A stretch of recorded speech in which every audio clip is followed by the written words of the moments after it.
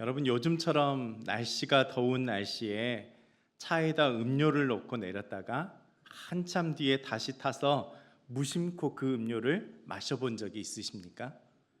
시원한 물이라도 차에 두고 내리면 이 무더운 날씨에 금방 뜨뜻미지근해서 물맛이 이상할 정도로 그렇게 느껴집니다.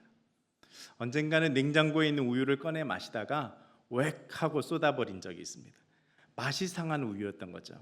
혀에 닿는 순간 이상한 맛이 느껴져서 뱉을 수밖에 없는 그런 상태였습니다. 오늘 말씀이 바로 그것입니다. 주님이 이 라오디아 교회를 향해서 토하여 버릴 것 같다라고 말씀하고 있는 것이죠. 주님이 라오디아 교회를 맛보셨는데 그 맛이 토할 것 같은 미지근한 맛이었습니다. 도대체 이 미지근한 맛이 무엇이길래 주님이 이토록 강력한 표현을 쓰면서 토하여 버리겠다 이렇게 말씀하고 있는 것일까요? 차지도 덥지도 않는 그냥 뜨뜻미지근한 그 모습이 과연 뭘까요? 뜨거운 것은 신앙에 열심히 있는 모습이고 차가운 것은 냉랭한 신앙이다. 차가운 것은 나쁜 것이고 뜨거운 것은 좋은 것이다. 이런 의미일까요? 그런 일차원적인 의미는 아닐 것입니다. 여러분, 이렇게 날씨가 무더울 때 시원한 냉면 국물을 이렇게 후룩 마시면 어떻든가요? 그냥 더위가 싹 달아나는 그런 느낌 아닙니까? 바로 그런 거예요. 이와는 또 반대로 날씨가 으실으실 추울 때 몸이 따뜻하게 해지는 오뎅 국물 한 국물 이렇게 입에 넣으면 얼마나 그 마음이 따뜻해집니까? 온몸에 따뜻한 기운이 감돌면서 훈훈해지는 그런 느낌 말입니다. 시원함을 원할 때는 오히려 뜨뜻미지근해서 입맛이 싹 달아나게 만들고, 으실으실 추워서 따뜻함을 원할 때는 냉랭한 물이 되어서 더 추워지게 만드는 그런 물맛. 지금 그런 물맛을 라오디아 교회 같다라고 주님이 말씀하고 있는 것이죠. 여러분, 오늘 말씀을 들으면서 한번 이렇게 생각해 보면 좋겠습니다. 주님은 맛을 보시는 분이에요. 우리가 드리는 이 예배의 맛을 보십니다. 우리가 드리는 찬양의 맛을 보시는 분이에요. 우리가 고백하는 기도의 맛을 보시는 분입니다. 그런데 주님이 맛을 보시고 나서 야, 토할 것 같다, 역겹다, 그렇게 섬뜩한 이야기를 하시면 우리 마음이 어떻게 되겠습니까? 혹시 주님이 나를 맛보시고 나서 그런 말씀을 하시면 어떻게 되나? 오늘 그런 마음으로 이 말씀을 들으시면 좋겠습니다. 라오디아 교회라는 이 도시는 물이 귀한 도시였습니다. 어디쯤인지 한번 지도로 볼까요? 저 맨 오른쪽 아래에 라오디아 교회, 오늘 7교회 마지막입니다. 이 도시에는 물이 부족한 거예요. 물이 문제가 있었습니다. 그래서 외부에서 물을 끌어서 사용했습니다. 그 다음 지도 보여주시죠. 저렇게 라오디아계 지역 옆에 히에라폴리스 또는 히에라볼리라고 하는 곳이 있었고, 그 옆에는 골로세라는 지역이 있었습니다. 우리 광양, 순천, 여수가 이렇게 삼각형으로 돼 있잖아요. 이 라오디아 교회도 마찬가지예요. 이렇게 히에라볼리하고 골로세가 이렇게 삼각형 모양으로 서로 마주하고 있습니다. 그런데 이 라오디아계는 이 두 도시에서 물을 가져왔습니다. 지금도 트리키에를 가보시면 이곳에 있는 히에라볼리의 관광지가 있는데 파무칼레라는 곳이 있습니다. 저런 아주 따뜻한 온천수가 있는 곳입니다. 저렇게 하얀 곳이 눈이 아니라 석회질이 온천수 주변을 흐르면서 저렇게 하얗게 뒤덮고 있습니다. 그래서 저기를 방문해 보시는 분들은 알겠지만 따뜻한 물에 몸을 담글 수 있습니다. 아마 가서 보시면 여기가 바로 천국이구나 할 정도로 노천탕에서 몸을 따뜻하게 지질 수 있습니다. 파묵칼레, 파묵이라는 게 목화예요. 목화. 칼레는 성인데 목화성 같이 보였다 해서 파묵칼레라고 하는데, 저기가 바로 히에라폴리스라는 곳에 있습니다. 석회 성분이 많아서 피부에 좋다고 하죠. 그래서 가면 그 다음 슬라이드 보여주시죠. 막 여자분들이 저기에 가서 막 물을 몸에 담그고 그런 곳입니다. 근데 라오디게아는 이 히에라볼리에서 내려오는 따뜻한 온천수를 끌어왔습니다. 그리고 골로새에서도 물을 가져왔는데 이 골로새는 굉장히 높은 산이 있었어요. 설산인데 그 맨 꼭대기 눈이 녹아 흐르면서 차가운 그 물, 시원한 물이 이 히에라볼리까지 공급이 되었습니다. 그래서 이 골로새 물과 히에라볼리의 그 물이 마주 와서 수도관을 만들었는데, 수도관을 통해서 왔는데 사진을 보여주시죠. 저렇게 어떤 데는 돌관으로 돼 있는 곳도 있지만 저렇게 오픈되어서 그 개울이 흐르듯이 물이 공급되는 지역도 있었습니다. 그래서 이 물이, 차가운 물과 따뜻한 물이 약 18km를 흘러오는데 라오디게아까지 물이 흘러옵니다. 그러다 보면 차가운 물과 따뜻한 물이 만나서 미지근해져서 이 라오디게아에 공급되는 것이죠. 근데 이 상태가 좋은 물로 정제된 호수관을 통해서 오는 것이 아니라 여기에 흘러오다가 불순물도 들어오고 또 온천수 안에 있는 광물질이 식어서 아주 고약한 냄새를 만들게 되었답니다. 그래서 물을 마시면 역한 냄새가 올라와서 뱉어버릴 수밖에 없는 그런 물맛이 되고 말았다는 것이죠. 바로 이와 같이 라오디게라는 이 도시의 특성을 알고 있던 주님이 내가 너를 맛보았는데 토해버리고 싶다, 이렇게 말씀하는 겁니다. 차지도 않고 뜨겁지도 않는 뜨뜻미지근한 상태, 여러분 그런 관계를 주님이 말씀하십니다.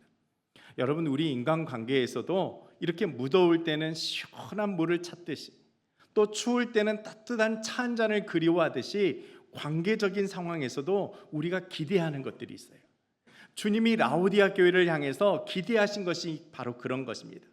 무더울 때는 상쾌한 청량 음료 같은 그런 교회, 또 매서운 추위가 몰아닥칠 때는 얼어붙은 가슴을 따뜻하게 녹일 수 있는 사랑이 많은 교회, 그런 것을 원하시는데 이 라오디 교회는 차지도 않고 뜨겁지도 않는 그냥 뜨뜻미지근한 아무런 감동이 없는 그런 무반응의 교회였다라는 것입니다.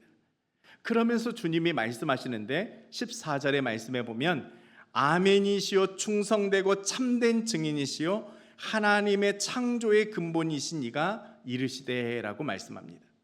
쉬운 성경을 보면 이 대목을 하나님께서 창조하신 모든 것을 다스리시는, 이렇게 표현하고 있어요. 룰러라는 표현을 씁니다. 마치 물을 시음하고 그 맛이 어떤가를 감별해내는 사람처럼, 또 법리를 해석하고 판결을 내리는 재판관처럼 결론을 내리시는데, 라오디게 교회의 맛을 보시고 이 맛이 정확하다, 참되다, 한치의 오차나 과장이 없는 오류가 없이 진실하다, 그분이 평가하신다는 겁니다. 그런데 그 맛이 어떠하냐?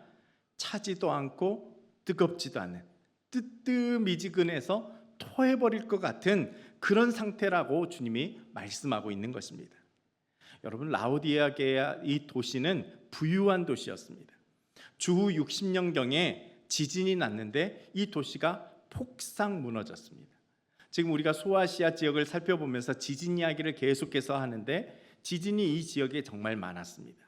지난주에도 살펴보았던 빌라델피아 교회도 지진을 경험했지 않습니까? 근데 이 도시는 열악하고 작은 도시였습니다. 그래서 주님이 작은 능력을 가졌다라고 말씀하시죠.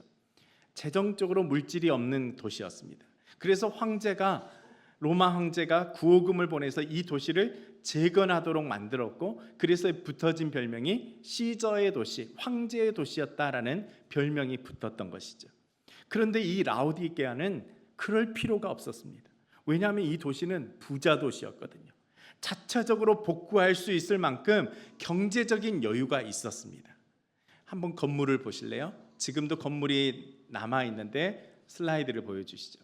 저런 형태의 웅장한 건물들이 이 도시에 있었습니다. 또 도로를 보여주시면 도로가 넓은 도로가 이렇게 있었습니다. 동방과 서방을 이어주는 실크로드 주요 지점에 세워진 관문 도시가 바로 이 라오디게아였습니다. 그러니까 얼마나 많은 상인들이 이곳을 왕래했겠습니까? 교역이 활발하다 보면 뭐가 많이 있습니까? 돈이 많이 있습니다. 그래서 자연히 이 도시에는 금융업이 발달된 도시였습니다. 그러다 보니 이 도시에 돈이 풍부했던 것이죠. 그런데 문제는 이겁니다. 이 부유했던 도시가 라오디게아 교회가 역시 스스로 자기네가 판단하기를 우리는 부자다, 우리는 부요하다, 그래서 부족함이 없다, 그렇게 이야기하고 있는 것입니다. 여러분, 성도는 또 우리 믿는 자들은 이 땅에서 살아가지만 이 세상에 속한 자들이 아닙니다. 우리가 앞서 찬양을 했던 것처럼 우리가 이 땅을 살아가지만 이 세상에 속한 자들이 아니라는 거예요. 세상이 지향하는 것과 우리의 지향점은 분명히 다릅니다. 확실하게 달라야 합니다. 그래서 우리는 이 세상에서 살고 있지만 세상에 속하지 않는 자들이 바로 성도들입니다. 그런데 라오디아 교회는 이 부유한 도시에 살면서 이 도시의 것들, 세상의 것들을 그대로 받아들이게 된 것입니다. 17절 말씀 보십시오. 내가 말하기를 나는 부자라, 부요하여 부족한 것이 없다라고 그렇게 스스로 이야기하는 것입니다. 여러분, 이것이 바로 세속적인 가치관입니다. 세상 사람들은 좀 더 갖고 싶어하고 더 많이 차지하려고 합니다. 어느 정도 위치에 있지만 더 높이 올라가서 남들을 짓누릅니다. 물질적인 번영과 성공이 꼭 나쁜 것만은 아닙니다. 그런데 문제는 물질적인 번영과 함께 따라오는 세속적인 가치관의 유혹이 있기 때문입니다. 풍요와 번영 속에는 모든 것이 아쉬울 게 없습니다. 자연히 뭐가 함께 있을까요? 영적인 갈급함이 사라져 버립니다. 여러분, 이것이 우리에게는 너무도 큰 유혹입니다. 그런데 이 가치관을 교회가 그대로 받아들이고 있다는 것이죠. 그래서 바로 토하여 내고 싶을 만큼 미지근한 교회, 그것이 바로 라오디아 교회의 영적 상태였다는 것입니다. 세속의 가치관이 서서히 교회 안으로 밀려 들어오면 교회는 그 역할을, 사명을 제대로 감당할 수가 없는 것입니다. 그래서 로마서 12장에서 주님은 이렇게 말씀하십니다. 너희는 이 세대를 본받지 말고 오직 마음을 새롭게 함으로 변화를 받아 하나님의 선하시고 기뻐하시고 온전하신 뜻이 무엇인지 분별하라라고 말씀하십니다. 세상의 가치관을 그대로 본받지 말고 세상의 가치관에 오염되지도 말고 믿음의 관점으로, 하나님의 관점으로 이 땅을 살아가라라는 것입니다. 여러분, 라오디아 교회가 자가 진단을 내리죠. 어떻게 내린다고요? 부자다, 부요하다, 부족할 것이 없다, 그렇게 말하고 있을 때 주님은 이들의 상태를 정확하게 꿰뚫어서 진단을 내리십니다. 지난번에 말씀드릴 때 MRI 말씀드렸잖아요. 정확히 주님이 이들을 진단해 내리십니다. 17절 하반절에 보면 내 공고한 것과 가련한 것과 가난한 것과 눈먼 것과 벌거벗은 것을 너희들이 알지 못하는도다 라고 주님이 진단을 내리십니다. 5가지죠. 공고하고 가련하고 가난하고 눈멀었고 벌거벗었다. 이들이 모습을 보고 주님이 정확하게 이렇게 진단을 내리십니다. 그런데 이들은 스스로 어떻게 자가 진단했습니까? 부자다, 부요하다, 그래서 부족한 것이 없다. 자신들은 이렇게 진단을 내리고 살고 있더라는 것이죠. 그런데 주님이 이렇게 MRI로 딱 보시니까 아니야, 너희는 그런 모습이 아니야. 너희는 공고하고 가련하고 가난하고 눈멀었고 벌거벗었다. 이렇게 5가지로 꼬집어 내신다는 것이죠. 왜 주님이 이렇게 낱낱이 진단을 내리고 있습니까? 19절에 보면 주님이 이렇게 말씀하세요. 무릇 내가 사랑하는 자를 책망하여 징계하노니 그러므로 내가 열심을 내라 회개하라 라고 말씀하십니다. 여러분, 자녀들의 잘못된 모습을 보고 회초리를 들어보신 적이 있으십니까? 생전 안 들어보신 것처럼 예전에 저만 해도 부모님한테 회초리를 맞았던 경험이 있습니다. 아마 지금 세대는 다를 텐데 예전에 우리 권사님, 장로님 세대는 자녀들을 이렇게 회초리로 훈육하셨을 겁니다. 그냥 두면 삐뚤어질 것 같아요. 그냥 내버려 두면 잘못된 길로 갈 것 같아요. 그런 위기감 속에서 부모는 마지못해 회초리를 듭니다.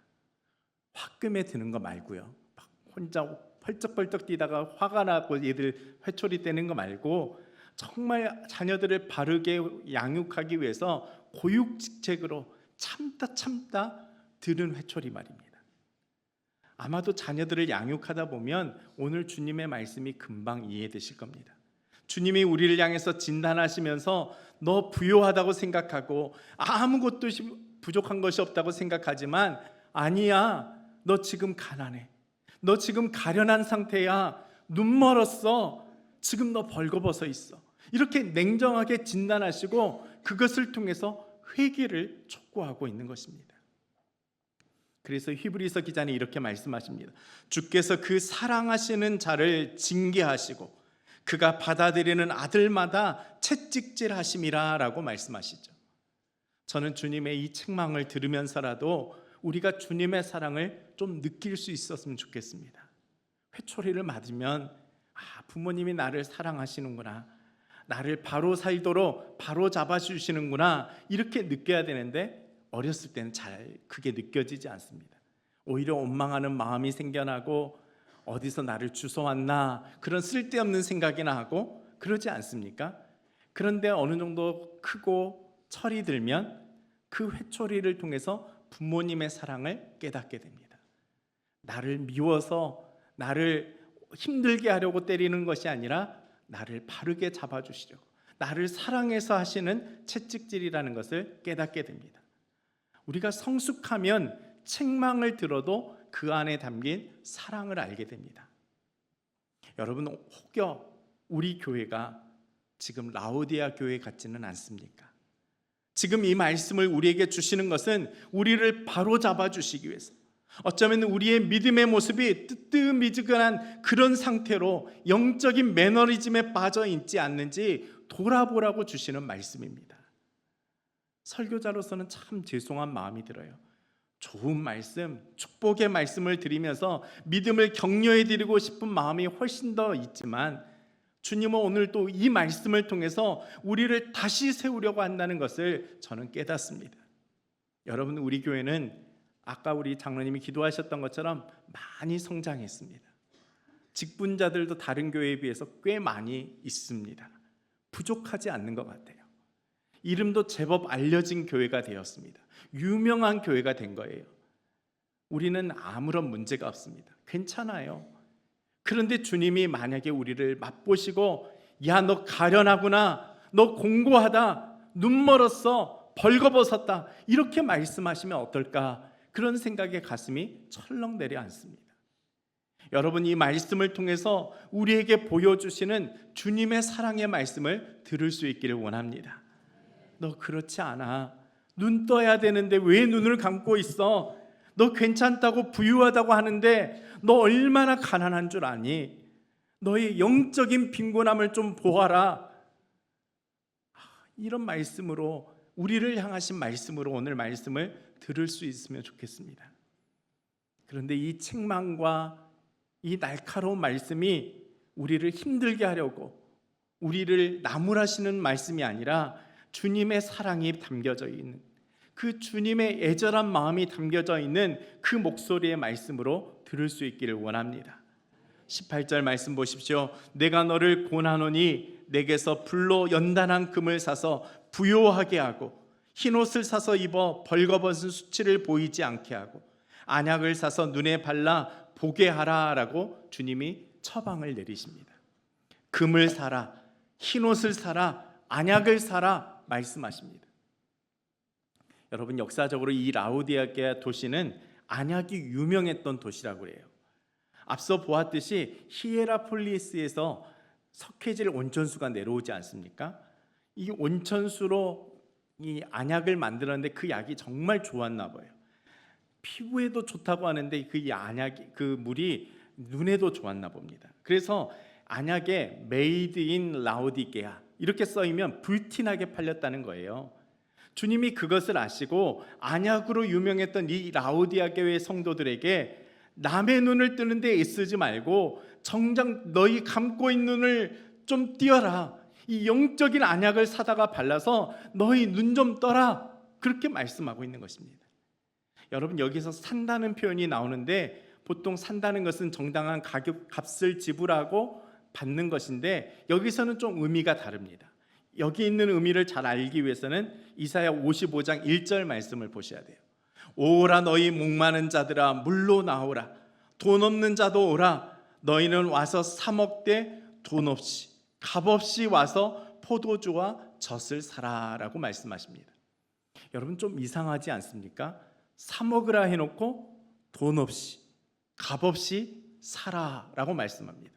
여러분 이게 무슨 뜻일까요? 주님이 사셨다는 거예요. 주님이 이미 사 놓으셨기 때문에 우리는 그냥 가져가 쓰라는 겁니다. 이런 차원으로 라오디아 교회를 향한 말씀을 보면 불로 연단한 금을 사라, 이 금을 가지고 가라라는 말씀입니다. 너 화려한 옷을 입고 번드르르 하는 것 같은데 아니야, 너 벌거벗은 것 내가 산 옷 입고 부끄러움을 가려라. 너 눈을 떴다고 하는데 이 안약 가져다가 발라서 너의 영적인 눈을 좀 떠라. 이렇게 처방을 내리고 있는 것입니다. 주님이 이미 사두신 그것을 그냥 주신다는 거예요. 왜냐하면 주님이 이미 값을 지불하고 사셨기 때문입니다. 주님이 어떻게 사셨을까요? 연단된 금이라는 거에 의미가 있습니다. 연단된, 고난 속에 얻어진 금이라는 겁니다. 정제된 금이라는 거예요. 또 흰옷이라는 것에 의미가 있는데 때를 닦아내고 더러운 것을 씻어낸 옷이라는 겁니다. 또 우리 주님이 영적인 눈을 뜨게 하는 안약, 이것도 이미 주님께서 값을 지불하신 겁니다. 십자가에서 이미 이 값을 지불하셨기 때문에 우리는 그냥 가져다가 쓰면 되는 것입니다. 우리가 지불해야 될 모든 것을 주님께서 십자가에서 완불 하신 것입니다. 주님이 이미 다 값을 치르셨고 이제 너희가 이것을 가져다가 입고 바르고 쓰라는 것이죠. 너희가 진정으로 부요하게 하는 이 연단된 금을 가지고 가라. 너의 더러운 것을 씻어내는 이 깨끗한 흰옷을 가져다가 입어라, 눈을 떠라, 그렇게 말씀하고 있습니다. 당신이 이미 십자가에서 우리 위해서 지불해 놓으신 그 은혜를 말씀하고 있는 것입니다. 여러분, 주님이 정말 우리에게 원하시는 것이 무엇일까요? 봉사 많이 하는 모습, 헌금을 많이 드리는 모습, 여러분 그것을 원한다고 착각하지 마십시오. 주님이 정말 원하시는 것은 너다, 그렇게 말씀하시는 거예요. 이거 가져다가 좀 부요해지고 깨끗해지고 정결하고 거룩해서 좀 눈을 떠서 주님을 보고 살라는 것입니다. 여러분의 물질을 원하는 것이 아니라, 여러분의 노력이 있는 봉사를 원하는 것이 아니라 여러분 자신을, 여러분을 원하고 계시다는 것입니다. 가끔 멀리 떨어져 있는 부모님들에게 효도해야 되는데 명절 때나 생신 때 돈으로 때우는 자녀들이 있죠. 물론 요즘은 부모님들이 돈을 더 좋아한다고, 그래서 그런다고 해요. 오죽하면 결혼식장에서 부모에게 효도를 권면할 때 사자성어로 뭐라고 한다고요? 계좌이체. 계좌이체라고 말한다고 하지 않습니까? 그런데 한번 생각해 보세요. 부모님을 만날 생각도 없이 코빼기도 안 베치고 무슨 때만 되면 은행 계좌로 척척 돈을 보내는 자녀들 보고 야, 너희들 정말 효심이 깊구나, 그렇게 생각하십니까? 고개 끄덕이신 분들이 계시네. 정말 그런가요? 좋은 곳에 자주 여행 보내드리면 자녀들 안 만나도 괜찮으신가요? 실은 부모님이 외로워서 야, 예주들 좀 데리고 와라, 와서 하룻밤 좀 자고 가라, 같이 지내는 것을 원하시고 정말 내가 원하는 것은 물질이 아니라 바로 너희들이다, 그렇게 말씀하는 거 아닙니까? 주님이 정확히 지금 그 이야기를 하고 있는 거예요. 그런 관점으로 20절의 말씀을 보십시오. 우리 같이 읽겠습니다. 볼지어다 내가 문 밖에 서서 두드리노니 누구든지 내 음성을 듣고 문을 열면 내가 그에게로 들어가 그와 더불어 먹고 그는 나와 더불어 먹으리라. 아멘. 워낙 이 구절이 유명한 구절이라 그렇지 하면서 이렇게 피상적으로 대하는 말씀일지 모르겠지만 여러분 곰곰이 생각해 보면 이 말씀 참 희한한 말씀입니다. 나는 그로 더불어 먹고 그는 나로와 더불어 먹으리라. 무슨 서로 잡아 뜯어 먹겠다는 이야기입니까? 그런 뜻이 아니라 주님의 식탁으로 우리를 초대하시는 말씀입니다. 내가 너를 정말로 만나기 원하는데 우리가 들은 척도 안 해요. 주님은 계속해서 따라오시면서 부르시는데 우리는 한 귀로 듣고 한 귀로 흘려버립니다. 그래서 주님이 포기하십니까? 우리의 마음 문까지 와서 그 문 밖에서 우리를 두드리십니다. 너 마음 좀 열어주라. 주님의 능력이라면, 주님의 권능이라면 얼마든지 그 마음 문을 부수고서라도 들어올 수 있겠지만, 주님은 우리를 존중하시는 분이에요. 우리를 귀하게 여기시는 분이에요. 그래서 우리가 문을 열어주기만을 기다리고 계십니다. 여러분, 어떤 식탁이 즐거우시던가요? 무슨 산의 진미, 먹을 것이 막 가득한 그 식탁에 무슨 협상의 테이블처럼 저 사람이 무슨 꿍꿍이를 가고 나한테 이런 말을 하나, 그렇게 머리를 굴리면서 예민하게 신경 쓰면서 대화하는 그런 식탁이 즐거우세요? 아니면 김치, 나물 반찬 몇 가지 있는데 가족들과 함께 호호하하 하면서 그렇게 먹는 식탁이 더 즐거우시던가요? 아니, 무르나 많아져. 사랑하는 가족들과 편안하게 대화 나누면서 하루의 스트레스도 다 날려버리고 마음이 따뜻해지는 그런 식탁이 더 좋은 것 아닙니까? 바로 그 즐거운 식탁으로 주님이 우리를 초대하고 있는 것입니다. 우리 주님은 항상 나를 도와주시고 나의 어려움을 함께 해주신 것을 내가 알아요. 그분이 나의 기도에 응답해 주신다는 것도 알기에 어려움을 가지고 주님 앞에 나아갑니다. 그런데 어느 날 어느 순간부터 나는 부자다, 나는 부족한 게 없어, 그렇게 느끼는 순간 더 이상 주님을 찾지 않더라는 거죠. 아무개야 나와 함께 먹자, 그렇게 말해도 더 이상 주님과 내가 식사할 이유가 없어요. 주님, 나는 아쉬울 게 없어요. 그렇게 살고 있다는 거예요. 주님, 나는 잘 살고 있으니 다른 사람들이나 만나주세요. 나는 혼자 살고 있어요. 여러분, 그게 혹여 우리들의 모습은 아닌지요? 우리 주님은 우리가 어렵고 힘들 때만 나타나서 무슨 도와주는 알라딘 로슬 램프처럼 그렇게 만나주시는 분이 아니라 우리와 진정으로 교제하기를 원하시는 분이십니다. 협상하듯이, 주님과 거래하듯이 딜하지 마십시오. 주님 이만큼 주셨으니까 나도 이만큼만 믿음 생활하겠습니다. 그런 마음을 버리십시오. 여러분, 주님과 만남은 연애하듯이, 친밀한 교제하듯이 그렇게 신앙생활 하셔야 됩니다. 저는 어디 가서 맛있는 걸 먹으면 나중에 가족들 데리고 와야겠다, 이런 생각을 합니다. 왜 그런 생각을 할까요? 사랑하니까 그런 마음이 드는 겁니다. 여러분, 주님과도 그런 마음으로 교제하십시오. 어렵고 힘들 때만 주님을 찾고 주님 앞에 나갈 것이 아니라 기쁘고 즐거운 일에도 하나님 앞에 감사하고 주님을 찬양할 수 있기를 원합니다. 주님은 그런 인격적인 친밀한 교제를 우리와 하기를 원하십니다. 여러분, 무늬만 그리스도인들은 예수님을 필요할 때만 찾습니다. 주님의 능력을 찾는 것이죠. 주님 도와주세요, 해결해 주세요, 주님의 능력만을 봅니다. 그런데 정말 진정으로 성숙한 신앙은요, 필요할 때만을 찾는 것이 아니라 주님의 그 존재 자체를 좋아합니다. 주님이 좋아서 그분 앞에 가고 싶어요. 그분을 만나고 싶어요. 오늘 우리가 이렇게 예배드리고 있는데 왜 예배드립니까? 혹시 내가 빠지고 다른 데 가서 다른 거 하면 벼락 맞게 될까 봐? 아니면 무슨 큰 어려움이라도 당하게 될까 봐? 그래서 예배드리는 것이 아니라 주님이 좋아서 예배드리는 겁니다. 주님은 우리와 이런 친밀한 관계를 원하고 계시는 거예요.